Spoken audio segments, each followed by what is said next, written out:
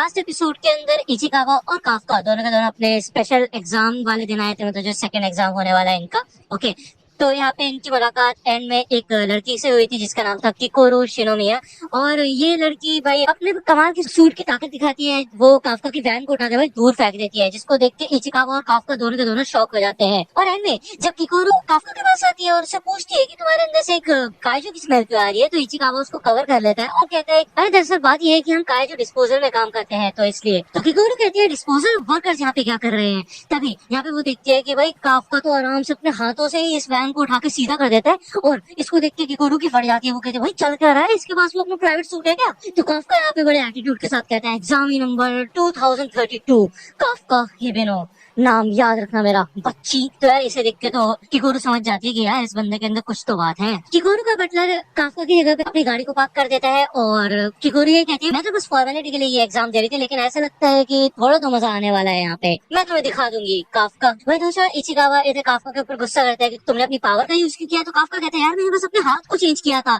तो इचिकावा कहते हैं तुम्हें नहीं लगता तुम अपनी ताकत को ज्यादा जल्दी इस्तेमाल करना सीख गए हो। तो यार इसके बाद ये लोग आ जाते हैं, तैयार हो जाते हैं अपने एग्जाम के लिए। ठीक है, अब इनका ये जो एग्जाम है वो 2 पार्ट में होगा, एक तो है फिजिकल ट्रेनिंग, दूसरा है एप्टीट्यूड टेस्ट। तो यार एप्टीट्यूड टेस्ट तो यार या तो 0 होता है या तो 1 होता है, या तो मतलब तुम्हें कुछ नहीं आता या तो फिर तुम्हें सब कुछ आता है। तो इनका जो एक चांस होता है वो होता है फिजिकल ट्रेनिंग का। यहाँ पे काफका बिल्कुल भी अपनी एबिलिटीज का इस्तेमाल नहीं करता, उसको और रिग्रेट होता है कि यार वो शायद 30 साल का हो चुका है तो इसलिए उसकी ताकत इतनी ज्यादा कम हो चुकी है। उसकी रैंक यहाँ पे 225 में से 219 होती है भाई, यार मतलब लास्ट लेवल पर वो ऑलमोस्ट थी। ठीक है ना, तो इसे देख के यहाँ पे किकोरो आती है, वो कहती है क्या बात है बूढ़े आदमी। यहाँ पे किकोरो की रैंक 5 आई होती है और उसने अपनी रैंक इधर दिखाई होती है काफका को। तो भाई काफका तो बहुत शर्म से पिघल सा जाता है क्योंकि उसने भाई बड़े चौड़ में बोला था काफका हिबिनो, नाम याद रखना मेरा बच्ची बच्ची। तो ऑब्वियस सी बात है उसको खुद लगता है यार ये मैंने क्या बोल दिया। वो कहता है भाई मेरा नाम भूल जाओ प्लीज यार, तुम्हें याद रखने की जरूरत नहीं है। ठीक है, इचिकावा कहता है कि वैसे मेरे को काफी अच्छा महसूस हो रहा है कि तुमने अपनी काइजू एबिलिटीज का इस्तेमाल नहीं किया।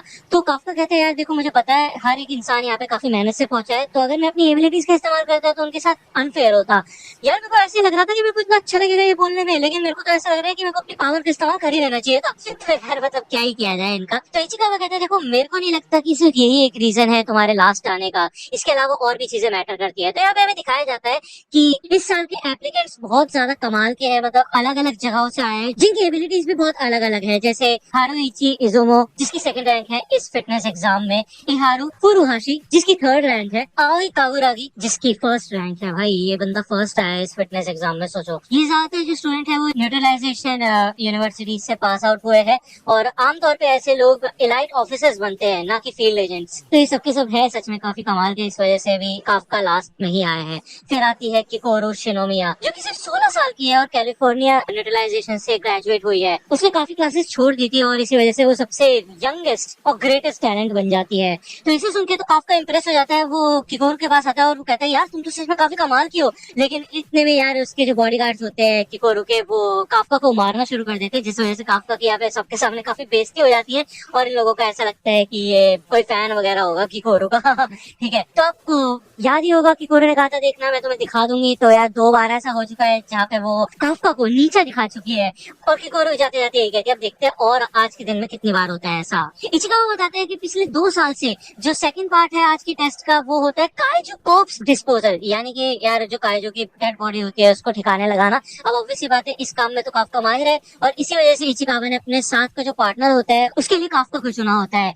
और यार ये टेस्ट इसलिए होते हैं जिससे कि जो एप्लीकेट्स उनको ये पता चले कि यार काइजू को मारना ही नहीं, उसके अलावा भी बहुत सारी चीजें होती है जो मैनेज करने के लिए होती है।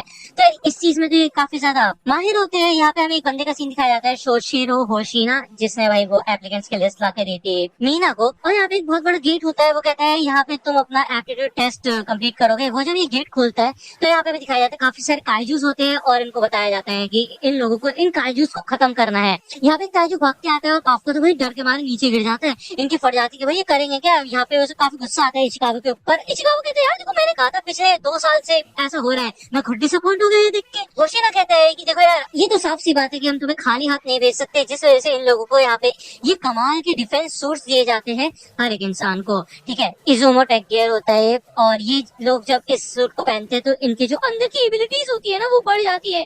अब हर इंसान के ऊपर अलग अलग इफेक्ट होता है इस सूट का, हर इंसान के ऊपर डिपेंड करता है कि वो इस सूट की कितनी पावर को निकाल सकता है। इसको कहा जाता है defence force kaiju combat suit, जो कि ऑर्गेनिक मटेरियल से बना हुआ है और ये मटेरियल काइजू से लिए गए थे। ओके, तो रेनो इचिकावा की जो अनलेश कॉम्बैट पावर होती है वो होती है 8%, हारो इची की होती है 18%। यार ये तो भाई गेटो की तरह लग रहा है मेरे को।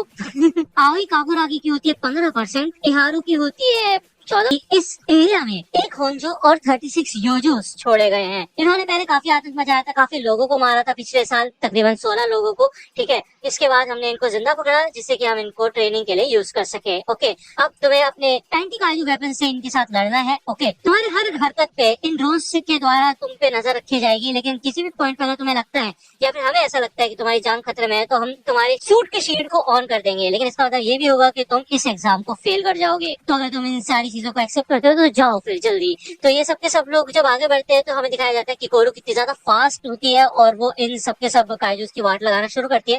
वहीं दूसरी ओर बिना सूट पावर की काफका इस गन को भी नहीं उठा पाता। तो यार इसे देख के इचिकावा को थोड़ा परेशानी होती है। होशिना कहते हैं कि हे गाइस देखो, इस समय मीना आशिरो भी तुम लोगों को देख रही है इस टेस्ट के दौरान, तो अच्छा करना, ठीक है ना, उसके सामने अपनी इज्जत बनाना। तो ये सुन के तो काफका को बचपन का सीन याद आ जाता है जिसमें उसने मीना से कहा था कि अब देखते हैं कि हम में से सबसे कूल डिफेंस फोर्स ऑफिसर कौन बनेगा।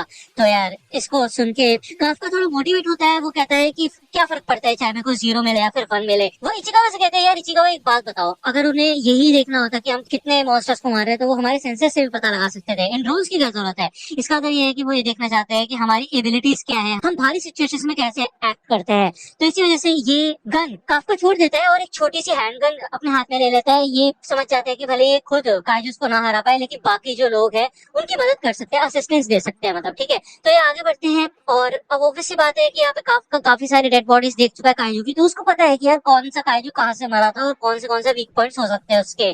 ठीक है, तो यहाँ पे एक काइजू होते हैं काफी खतरनाक जिसको ये लोग बिल्कुल भी डैमेज नहीं दे पा रहे होते, जिस वजह से काफका अपने दिमाग का इस्तेमाल करके एक स्टन ग्रेनेड फेंकता है, क्योंकि वो यही सोचता है भाई ये ग्रेनेड उन्हें दिया क्यों है।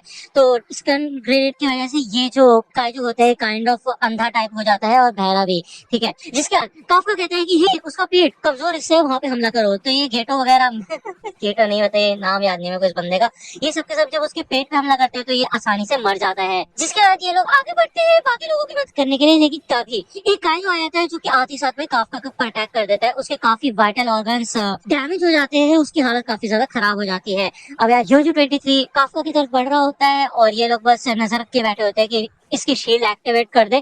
ठीक है, ये बात काफका को भी पता होती है कि अगर एक बार शील्ड एक्टिवेट हो गई तो इसका तो ये है कि वो फेल कर जाएगा, तो वो हार नहीं मान सकता, वो उठने की कोशिश करता है। तभी यहाँ पे ये योजो खत्म हो जाता है। यहाँ पे और कोई नहीं बल्कि किकोरो आ जाती है उसे बचाने के लिए और वो कहती है कि जब तक मैं बैटलफील्ड में हूँ तब तक कोई भी एग्जिट नहीं करेगा और अब मैं जाती हूँ बाकी काइजूस को हराती हूँ और तुम ऐसे लूजर की तरह नीचे पड़े रहो। तो पहले भले ही काफका को बहुत अच्छा फील हो रहा था कि किकोरो ने उसकी जान बचाई, लेकिन ये बात सुन के तो उसका दिमाग सा खराब हो जाता है। ओके, यहाँ पे किकोरो काफी ज्यादा फुर्तीली होती है और दूसरी ओर इधर काफका के जो बॉडी पार्ट्स होते हैं वो बहुत बुरी तरह से डैमेज हो चुके होते हैं, जिस वजह से होशिना कहता है कि कैंडिडेट नंबर 2032 देखो हमें तुम्हारे वाइटल ऑर्गन्स में दिक्कत दिखाई दे रही है, तो हम ये बोलेंगे कि तुम इस टेस्ट से बाहर हो जाओ। तो यार काफका मन में कहता है कि यार एंड में तो मेरे ऊपर डिपेंड करेगा ना कि मैं गिव अप करना चाहता हूँ या नहीं करना चाहता। भले उसके माइंड में आता है कि यार वो अपने ड्रीम्स के लिए शायद ज्यादा बूढ़ा हो चुका है और फलाना ठिकाना उसको इतने सेटबैक्स मिले हैं, लेकिन उसके बाद भी यहाँ पे वो हार नहीं मानता। वो उठ के खड़ा होता है और वो कहता है कि इस बार मैं गिव अप नहीं करूंगा, फिर चाहे कुछ भी हो जाए। तो यार इसको कहने के बाद ना यहाँ पे जो उसकी कॉम्बैट पावर होती है वो 0 से थोड़ा बढ़ जाती है, 0.01% हो जाती है। और ऐसा लगता है कि यार बंदे की मोटिवेशन में भी डिपेंड करता है कि उसकी जो कॉम्बैट सूट की पावर है वो कितनी यूज कर सकता है। और एक चीज काफी अच्छी लगी मेरे को, मैं पूरा एपिसोड बस ये वेट करता रहा कि काफका अपने काइजू एबिलिटीज का कब इस्तेमाल करेगा। यार वो इजीली इस पूरे टेस्ट को पास कर सकते हैं काइजू एबिलिटी का इस्तेमाल करके, क्योंकि सूट के अंदर तो है ही, तो किसी को दिखेगा नहीं अगर वो अपना हाथ या पैर चेंज भी कर लेगा तो। बट यार एक बात है कि उसने यूज नहीं किया, इसका मतलब ये है कि वो काफी ज्यादा सीरियस है इस चीज को और वो रिस्पेक्ट के साथ इस एग्जाम को पास करना चाहता है, जो कि काफी अच्छी खासी एबिलिटी है उसकी। ओके, तो यार ये एपिसोड यहीं पे खत्म होता है। अगर आपको ये वीडियो पसंद आया हो तो लाइक करना, सब्सक्राइब कर लो, अगर चैनल पे नए हो तो। मिलता हूँ आपसे अगली वीडियो में, तब तक के लिए गुड बाय।